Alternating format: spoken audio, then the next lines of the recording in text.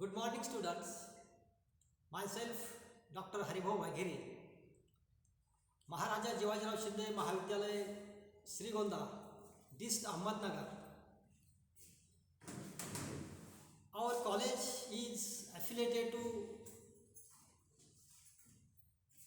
Savitribai Phule University of Pune. This video is only for educational purpose. All credit goes to this video producer, and if there is some music, then all that credit goes to musicians. And in this video we are going to learn about FY BSc syllabus. Then in this Pune University, FY BSc and SY BSc syllabus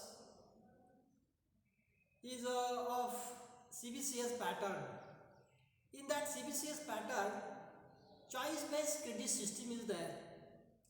In that choice-based credit systems, there are 2 credits for semester first and 2 credits for semester second. In that semester first, paper first and paper second are there. And third paper is of practical. That paper is based on paper first 2 credits and paper second 2 credits. In this way, the third paper is of practical and it is made up of these 2 papers. And the last video we have studied the first topic, that is morphology. In that morphology, we have studied the different definition of morphology. The scientist which is related to study of that morphological characteristics. Then Aristotle and Goethe, these 2 morphologists, they have put some important idea, some important data in front of us. And we have know that there are different internal morphology, external morphology. Then in morphology, descriptive and interpretative morphology also we have discussed. In descriptive morphology, we have learned that the different plant parts or plant organs, they have considered at the time of description or at the time of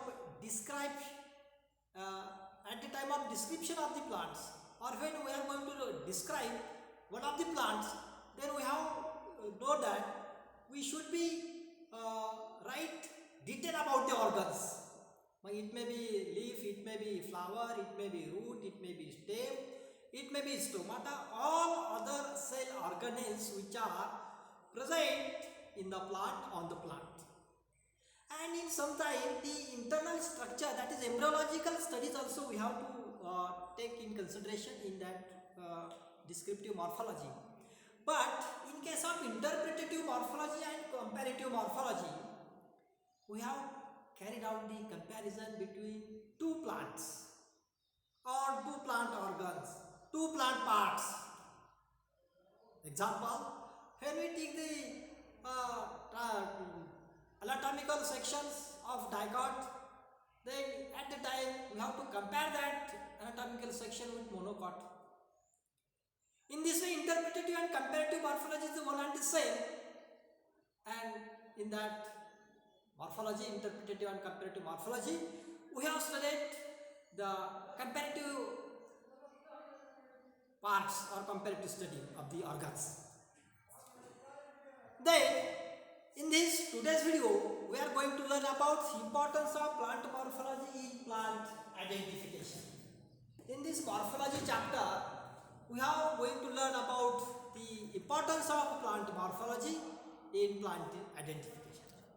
In that plant identification, we know that आपल्या घरामध्ये जसं छोटंसं बाळ जन्माला आल्यानंतर काही दिवसानंतर आपण त्याचं नाव ठेवतो, तशाच पद्धतीनं प्लांटचं सुद्धा असतं. एखादं नवीन प्लांट आपल्या जगासमोर आलं, शास्त्रज्ञाला माहीत झालं, तर त्याचं नाव ठेवावं लागतं, त्याला नाव द्यावं लागतं. त्या पद्धतीलाच आपण नॉमेनक्लेचर म्हणतो. That is called nomenclature. मग ह्या प्लांट आयडेंटिफिकेशनमध्ये आणि ह्या नॉमेनक्लेचरमध्ये मॉर्फॉलॉजीचा काय रोल आहे? What is the role of morphology in plant identification and nomenclature? ते आपल्याला या टॉपिकमध्ये शिकायचं आहे. आता आपण सध्या ह्या आर्टिकलमधून importance of plant morphology in plant identification याचा अभ्यास करणार आहोत. त्याच्यामध्ये बघा, in plant identification as one of the important step आपल्याला पहिल्यांदा त्याची ओळख करणं गरजेचं आहे. बरोबर आहे. एखादा नवीन प्लांट आहे तर नेमका तो प्लांट कोणता आहे बाबा, काय त्याचे कॅरेक्टरिस्टिक फीचर्स आहे ते आपल्याला माहीत असणं गरजेचं आहे. Identification is the determination of the plant as being identical with similar or another and already known plants. आपल्याला ऑलरेडी माहीत असलेलं प्लांट किंवा नवीन प्लांट आहे, वेगळं प्लांट आहे, हे आपल्याला माहीत करून घेणं गरजेचं आहे. मग ह्या मॉर्फॉलॉजिकल डिटेल्समध्ये आपल्याला आयडेंटिफिकेशनचा कोणकोणत्या पॉईंटचा अभ्यास करावा लागतो ते मग आपल्याला some morphological details about or useful for plant identification. विचार दे, आपल्याला एखादा प्लांट आयडेंटिफाय करायचं असेल तर आपण कोणते प्लांट्स, कोणकोणते मुद्दे, कोणकोणते पॉईंट्स हे कन्सिडर केले पाहिजे. पहिला पॉईंट आहे फेन लेट, लीफ इनलेट्स, पानावरच्या शिरा. शिराविन्यास कसा आहे? तो जाळीदार आहे का तो पॅरलल आहे, का त्या शिरा कुठंच एकमेकांना छेदत नाही? That is called parallel.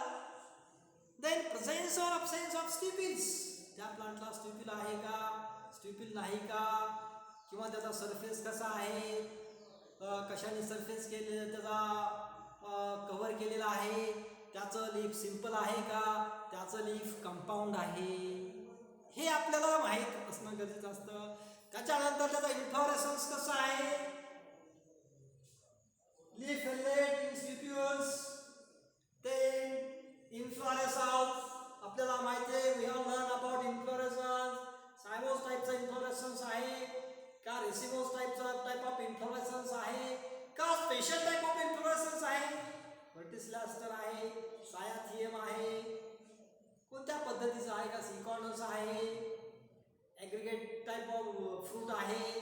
त्याच्यानंतर nature of the fruits, simple fruit आहे, कंपाऊंड फ्रूट आहे, फ्लेशी फ्रूट आहे, ॲग्रिगेट फ्रूट आहे, डेहिसंट आहे, इनडेहिसंट आहे. Which type of fruit is that? That should be known at the time of identification of the plant. Therefore, the morphology plays very vital role in identification of the plant.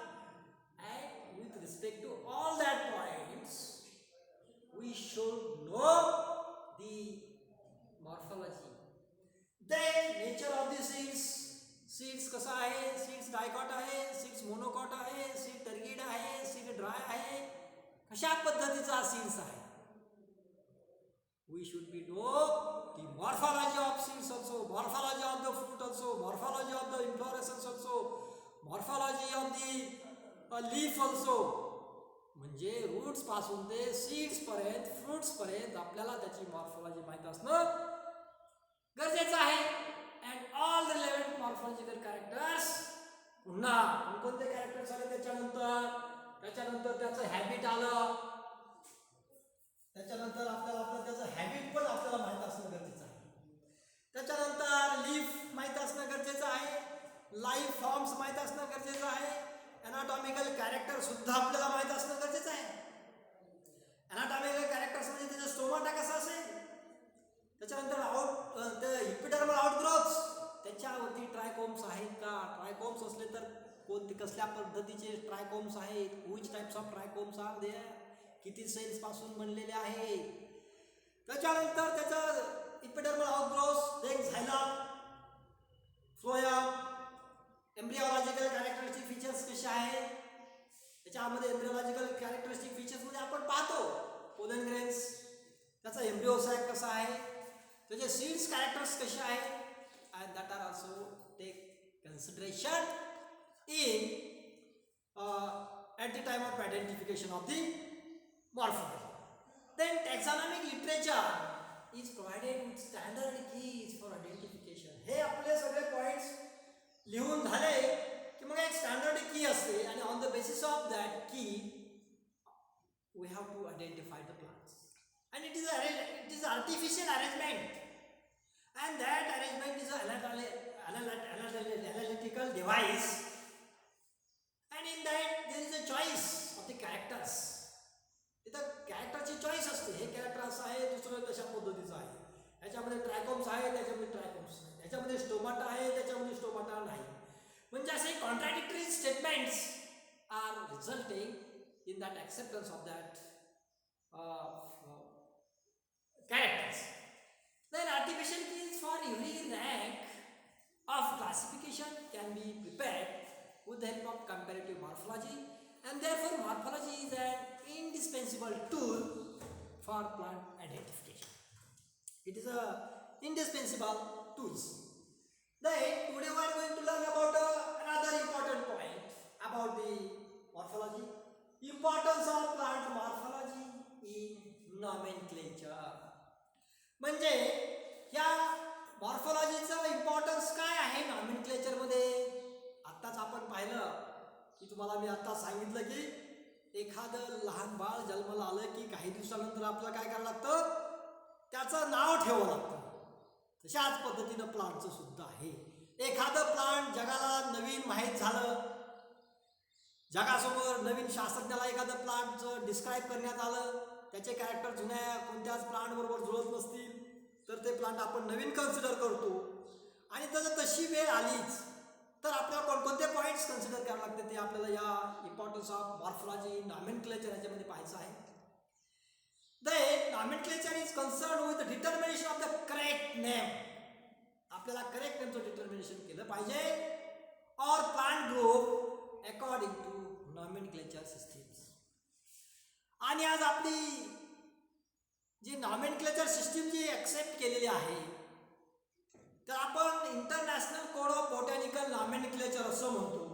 त्याचा short form आपण ICBN असं समजतो. म्हणजे international code of botanical nomenclature is the long form of this ICBN. मग या ICBN एक पद्धती ठरवून दिलेली आहे. त्यांनी एक विशिष्ट साचाबद्ध किंवा सिस्टमॅटिक मेथड कशा पद्धतीनं प्लांटला नावं द्यायचे हे ठरवून घेतलेलं आहे आणि त्याचेच रूल्स आपण फॉलो करतो. All scientist or all taxonomist they follow the rules which is given by ICBN. मग कोणकोणते रूल्स आहेत, कशा पद्धतीने आपण नॉमेनक्लेचर करतो हे आपण या पॉईंट्समधून पाहू. बघा, once the plant has been identified, एकदा जर प्लांट आपण आयडेंटिफाय केलं, it is to be necessary that it must have correct name. आपण त्याला करेक्ट नेम दिलं पाहिजे की जे सायंटिफिक असलं पाहिजे. आपण नाव देतो म्हणजे ते काय रिजन वाईज जमून देऊन चालत नाही. ते नाव शास्त्रीय असलं पाहिजे, ते सगळ्या जगानं मान्य केलेलं पाहिजे. तशाच पद्धतीचं नाव दिलं तर ते आपल्याला योग्य ठरेल. नाहीतर तुमच्या एका भागामध्ये एक नाव, दुसऱ्या भागामध्ये दुसरं नाव किंवा व्हर्नॅक्युलर नेम्स अशा पद्धतीचे नावं देऊन आपल्याला चालत नाही. That name should be scientific. Then मग binomial nomenclature system is followed all over the world.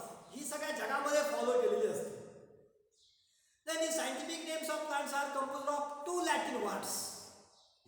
2 Latin वर्ड्सनं हे बनलेलं असतं. त्यातलं पहिलं नेम जे असतं त्याला आपण नेम ऑफ जीनस असं म्हणतो.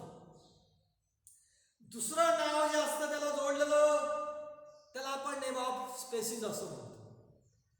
अँड सेकंड वर्ड तेच identifies the species or that is also known as a specific epithet. And the third important point is that this genus and species name is followed by citation of the authority. What is citation of the authority? ते जे नाव आहे ते कोणत्या शास्त्रज्ञानं शोधलेलं आहे त्या ऑथरचं नाव आपण ह्या genus आणि स्पेसिसच्या नावानंतर लिहितो, दॅट इज कॉल्ड सायटेशन. त्याला आपण काय म्हणतो? Citation of the authority. The name of the author given after the name of the plant. That is called citation of the authority. आता हे इट इज अ मॅन्डेटरी आहे. आता काय mandatory आहे? जे प्लांट स्पेसिमन आपण नवीन शोधलेला आहे, to submit the type specimens associated with diagnosis, Latin diagnosis करून आपल्याला त्याचं ते सबमिट करावं लागतं. And all the about exercises required perfect morphological knowledge. आपल्याला ह्या सगळ्या गोष्टीचं परफेक्ट मॉर्फॉलॉजिकल नॉलेज असतं, माहिती आहे. त्याचं botanical names are either in Latin language, आपल्याला एक तर ते लॅटिन लँग्वेजमध्ये लावावं लागतं, किंवा it has been Latinised from Greek or some other language including Sanskrit. जर आपण संस्कृतमध्ये जर लिहिलं असेल तर त्याला सुद्धा इटालिक करावं लागतं. And when we it hand written we should be underline. Then most of the names are from morphological peculiarities of plant, particularly specific epithets due distinguishing morphological character of the species. अशी काही नाव असतात की ते काहीतरी त्याचं descriptive माहिती त्या नावामध्ये दडलेली असते. उदाहरणार्थ, एखादे प्लांट आपल्याला व्हाईटिश वाटत आहे, त्याचे प्लांट व्हाईट आहे, तर आपण त्याला अल्बिकन्स म्हणतो. एखादं प्लांट रोज सारखं दिसत आहे, गुलाबासारखं दिसतंय, त्याला रोजियस आपण नाव देतो. एखादं प्लांट इरेक्ट असतं, ताठर आहे, त्याचे कॅरेक्टरिस्टिक फीचरवरून आपल्याला वाटतं हे प्लांट कसं वाढतंय, एकदम ताठ पद्धतीने वाढतं. Then that is called a rectus. एखादं प्लांट क्रिपिंग वाढते, समजा हरळी आहे, हरळ माहिती आहे सर्वांना. हरळ कशी वाढते? क्रिपिंग वाढते जमिनीवरती, त्याला आपण रिपेन्स म्हणतो. एखादं प्लांट लार्ज असतं, एखाद्या प्लांटचा पार्ट मोठा आहे, एखाद्या प्लांटचा फ्रूट मोठा आहे, तर गिगॅन्टस म्हणजे that name should be give some morphological peculiarities. Then एखाद्या प्लांटचा आकार कॉर्डेट टाईप आहे, तर that is called cordifoliate. And the specific epithet may be linked with geography. This is the last point.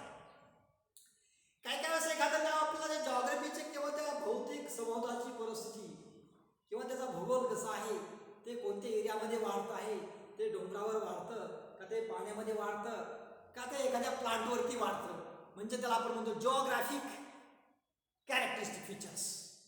मग specific epithet may be linked with geography of the plant. Example, chinensis, that plant is from China. एखादा plant आहे Tamarindus indica, origin from indica, means name of that geography. Then aquaticus, another name is aquaticus. That plant should be, किंवा ते plant आपल्याला पाण्यामध्ये वाढतं, aquaticus. Then some generic name are based on plant characters. म्हणजे example घेतलं आपण तर Hygrophila आहे. That Hygrophila is a marshy plant. ते म्हणजे वॉटर लिव्हिंग प्लांट आहे, पाण्याच्या सभोवताली ते ग्रो होतं. That is called marsh living plant. That is called Hygrophila. तर अॅकॅन्थोस्पर्मम आहे, another example is Acanthospermum. That plant has a spiny fruit. ज्या प्लांटचे फ्रूट स्पाइन असतात त्याला आपण Acanthospermum. Acantho spine, spermum fruit किंवा seeds. Then Astracantha spreading spines. त्याचे जे काही स्पाइन्स असतात ते स्प्रेडिंग असतात. That is called Astracantha. In this way, in this video, we have learned about morphology chapter. In that morphology chapter, importance of plant morphology in plant identification, the importance of plant morphology in nomenclature. These two articles are today we are going to learn. In the next video, we are going to learn about the another articles. Thank you.